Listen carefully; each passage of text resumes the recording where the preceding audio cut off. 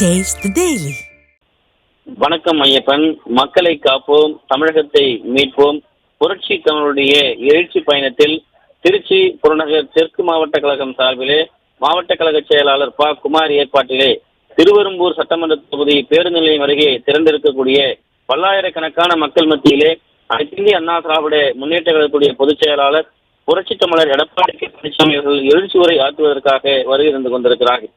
குறிப்பாக இந்த மாவட்டத்தினுடைய பொறுப்பாளராகவும் அதே போன்று கழகத்தினுடைய அமைப்பு செயலாளராக முன்னாள் அமைச்சராக நாமக்கல் மாவட்ட கழக செயலாளர் இருக்கக்கூடிய பி தங்கமணி அவர்களும், அதே போன்று கழக அமைப்பு செயலாளர் முன்னாள் அமைச்சர் கோகுல இந்திரா, கழக அமைப்பு செயலாளர் முன்னாள் அமைச்சர் டாக்டர் சி விஜயபாஸ்கர், கழக அமைப்பு செயலாளர் முன்னாள் நாடாளுமன்ற உறுப்பினர் சத்தினவேல், அதே போன்று கழகத்தினுடைய அமைப்பு செயலாளர் கழக அமைப்பு செயலாளர் முன்னாள் அமைச்சர் எஸ் வளர்மதி, அதே போன்று கழகத்தினுடைய முன்னாள் தலைமை அரசு கொறடா ஆர் மனோகரன், கழகத்தினுடைய அமைப்பு செயலாளர் முன்னாள் அமைச்சர் என் ஆர் சிவபதி உள்ளிட்ட ஏராளமானோர் இந்த பகுதிக்கு வந்திருக்கிறார்கள். அதே போன்று அனைத்திந்திய அண்ணா திராவிட முன்னேற்ற கழகத்துடைய பொதுச் செயலாளர் புரட்சி தமிழர் எடப்பாடி கே பழனிசாமி அவர்கள் செல்லுகிற இடங்களெல்லாம் பல்லாயிரக்கணக்கான மக்கள் மத்தியிலே உற்சாகமான ஒரு வரவேற்பினை இன்றைக்கு அனைத்திந்திய அண்ணா திராவிட முன்னேற்ற கழகத்தின் சார்பிலே பொதுமக்கள் சார்பிலே உற்சாகமாக வழங்கி கொண்டிருக்கிறார்கள். குறிப்பாக இந்த பகுதியில் இருக்கக்கூடிய மக்கள் அதிமுக பொதுச் செயலாளர் புரட்சி தமிழர் எடப்பாடி கே பழனிசாமியுடைய உரையை கேட்க வேண்டும், குறிப்பாக அவரை பார்க்க வேண்டும் என்று பல்லாயிரக்கணக்கான மக்கள் குவிந்திருக்கிறார்கள். ஆளுகிற அரசு இழைத்திருக்கக்கூடிய அநீதி, இந்த மக்களுக்கு எதிராக இன்றைக்கு இந்த மிகப்பெரிய இந்த பகுதியை திருவெரும்பூர் சட்டமன்ற தொகுதியை குலுங்குகிற அளவிற்கு இந்திய அண்ணா திராவிட முன்னேற்ற கழகத்துடைய பொதுச் செயலாளர் இந்த எழுச்சி உரையை பார்ப்பதற்காக கேட்பதற்காக குவிந்திருக்கிறார்கள். பல்லாயிரக்கணக்கான பொதுமக்கள் முளைப்பாறை எடுத்து மலர்களை தூவி அவருக்கு வரவேற்பு அளித்துக் கொண்டிருக்கிறார்கள். இந்த திருவெரும்பூர் சட்டமன்ற தொகுதியை பொறுத்தளவிற்கு விரிவுபடுத்தப்பட்ட மாநகராட்சி 61, 62, 63, 64, 65 வார்டுகள் 60 கோடி ரூபாய் மதிப்பிலே அனைத்து பகுதிகளுக்கும் தார் சாலை, சிமெண்ட் சாலை, மழைநீர் வடிகால்வாய் அமைத்துக் கொடுத்தது அனைத்திந்திய அண்ணா திராவிட முன்னேற்ற கழக அரசு. விரிவுபடுத்தப்பட்ட மாநகராட்சி 61, 62, 63 வார்டுகளில் மேல்நிலை நீர்த்தேக்க தொட்டி அமைத்துக் கொடுத்து பைப்லைன் மூலமாக சுமார் 63 கோடி ரூபாய்க்கு ஒதுக்கீடு செய்து கொடுத்து பணிகள் மேற்கொள்ளப்பட்டன.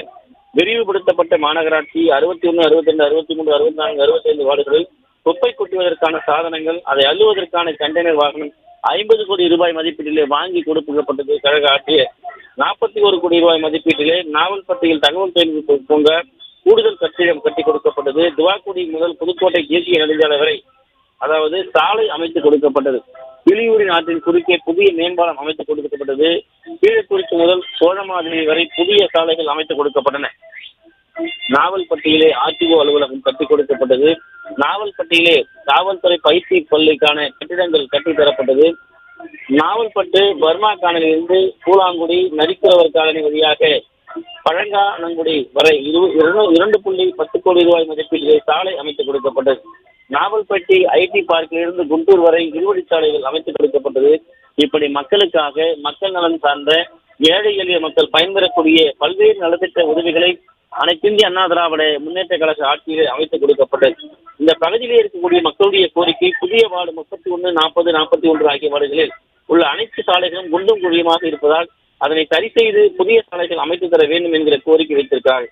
2021 சட்டமன்ற தேர்தலில் திமுக கொடுத்த வாக்குறுதிகள் தற்போது வரை எந்த வாக்குறுதியும் நிறைவேற்றவில்லை என்று மக்கள் ஆதங்கத்தோடு வேதனையோடு பல்வேறு விஷயங்களை வெளிப்படுத்தி இருக்காங்க.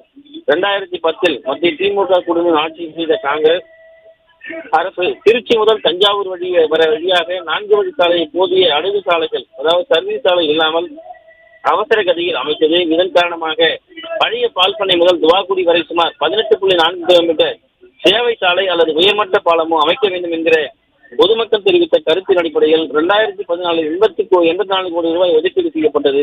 அதன் பிறகு சில அமைப்புகள் நீதிமன்றம் செல்வதன் காரணமாக பணி ஆரம்பிப்பதில் சட்ட சிக்கல் ஏற்பட்டது.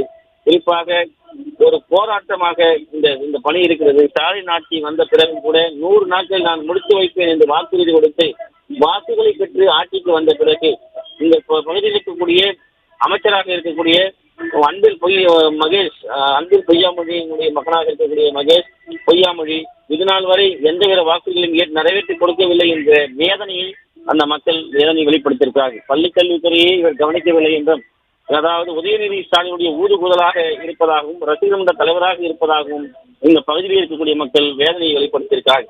அனைத்து இந்திய அண்ணா திராவிட முன்னேற்ற கழக ஆட்சியில குறிப்பாக திருச்சி மாநகர் உட்பட 47 ஏரிகளில் இருக்கக்கூடிய அரியமங்கலம் குப்பை கிடங்கு முழுமையாக அகற்றி மாற்று பயன்பாட்டுக்கு கொண்டு வருவதாக அது கழக ஆட்சியில் படிப்படியாக குப்பைகள் அகற்றக்கூடிய பணி தொடங்கியது.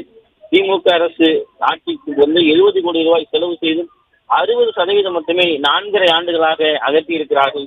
குறிப்பாக துறை சார்ந்த அமைச்சரும் இந்த தொகுதியினுடைய அமைச்சரும் முழு பொறுப்புடன் செயல்படவில்லை என்று மக்கள் குற்றச்சாட்டுகளை முன்வைக்கிறது குறிப்பிடத்தக்கது. கழக ஆட்சி அமைந்ததும் விரைவாக முற்றில் அகற்றிவிட்டு அந்த இடம் பொது பயன்பாட்டிற்கு கொண்டு வரப்படும் என்று அனைத்து இந்திய அண்ணா திராவிட முன்னேற்ற கழகத்துடைய பொதுச் செயலாளர் புரட்சி தமிழர் எடப்பாடி கே பழனிசாமி இந்த பகுதியில் இருக்கக்கூடிய மக்கள் கேட்டுக் கொண்டிருக்கிறார்கள். துவாக்குடி முதல் சென்னை நெடுஞ்சாலை பைபாஸ் சாலை வரை இருக்கக்கூடிய மீதம் இருக்கக்கூடிய அரைவட்ட சுற்றுச்சாலை அமைக்க வேண்டும் என்கிற கோரிக்கை இருக்கிறது. திருச்சியில் இருக்கக்கூடிய சிறு குறு தொழிற்சாலைகள் பிரச்சனைகள் தீர்ப்பதற்காக பெல் நிறுவனம், சிறு தொழில் முதலீட்டாளர்கள் ஆகியோருடைய பிரதிநிதிகளை கொண்ட குழு அமைக்க வேண்டும். திருச்சி நாவல்பட்டி தகவல் தொழில்நுட்ப பூங்கா கூடுதல் நிறுவனங்கள் செயல்பட வேண்டும். அதே போன்று பெல் பொதுத்துறை நிறுவனங்கள் தொடர்ந்து பொதுத்துறை நிறுவனங்களாக செயல்பட வேண்டும். இதற்கு அனைத்து இந்திய அண்ணா திராவிட முன்னேற்ற கழக அரசு துணை நிற்கும் என்று தெரிவிக்கப்பட்டிருக்கு. திமுக ஆட்சியில் கீழ்கண்ட ஊராட்சிகள் மாநகராட்சியில் இணைக்கப்பட்டுள்ளது.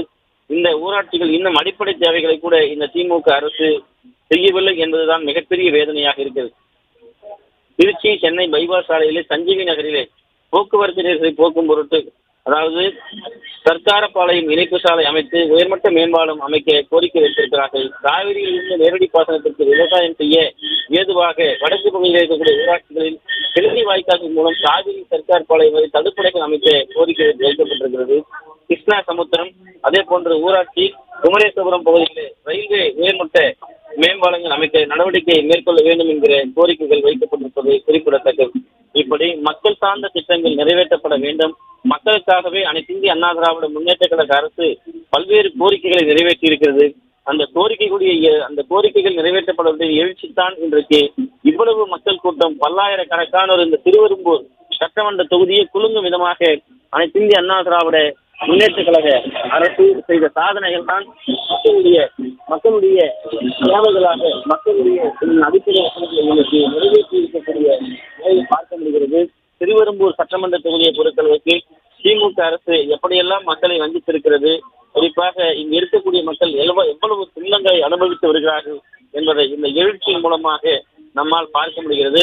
அனைத்து இந்திய அண்ணா திராவிட முன்னேற்ற கழகத்துடைய அதாவது புறநகர் தெற்கு மாவட்ட கழக செயலாளர் முன்னாள் நாடாளுமன்ற உறுப்பினர் குமார் ஏற்பாட்டிலே அதே போன்று இந்த பகுதியினுடைய மாவட்ட பொறுப்பாளர் கழகத்துடைய அமைப்பு செயலாளர் நாமக்கல் மாவட்ட கழக செயலாளர் முன்னாள் அமைச்சர் பி தங்கமணி அவர்கள் அதே போன்று கழக அமைப்பு செயலாளர் முன்னாள் அமைச்சர் கோகுல இந்திரா, கழக அமைப்பு செயலாளர் முன்னாள் அமைச்சர் விஜயபாஸ்கர், கழக அமைப்பு செயலாளர் முன்னாள் நாடாளுமன்ற உறுப்பினர் ரத்தினவேல், அதே போன்று கழக அமைப்பு செயலாளர் முன்னாள் அமைச்சர் எஸ் வளர்மதி, கழக அமைப்பு செயலாளர் முன்னாள் அரசு தலைமை தோடா ஆர் மனோகரன், கழக அமைப்பு செயலாளர் முன்னாள் அமைச்சர் என் ஆர் சிவபதி, மாவட்ட மாநகர் கழக அமைப்பு செயலாளர் முன்னாள் அமைச்சராக இருக்கக்கூடியவர் கோகுல இந்திரா, அதே போன்று புறநகர் தெற்கு மாவட்ட பொறுப்பாளர் அதே போன்று கழகத்தினுடைய அமைப்பு செயலாளர் முன்னாள் அமைச்சர் செம்மலை என ஏராளமான அனைத்து இந்திய அண்ணா திராவிட முன்னேற்ற கழகத்துடைய நிர்வாகிகள் இந்த மாபெரும் எழுச்சி கூட்டத்திலே பங்கேற்றிருக்கிறார்கள்.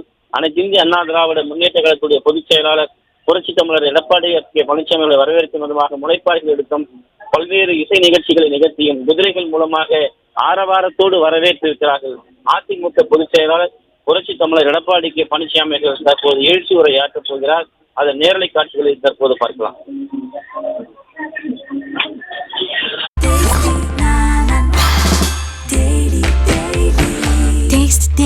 Taste the Daily.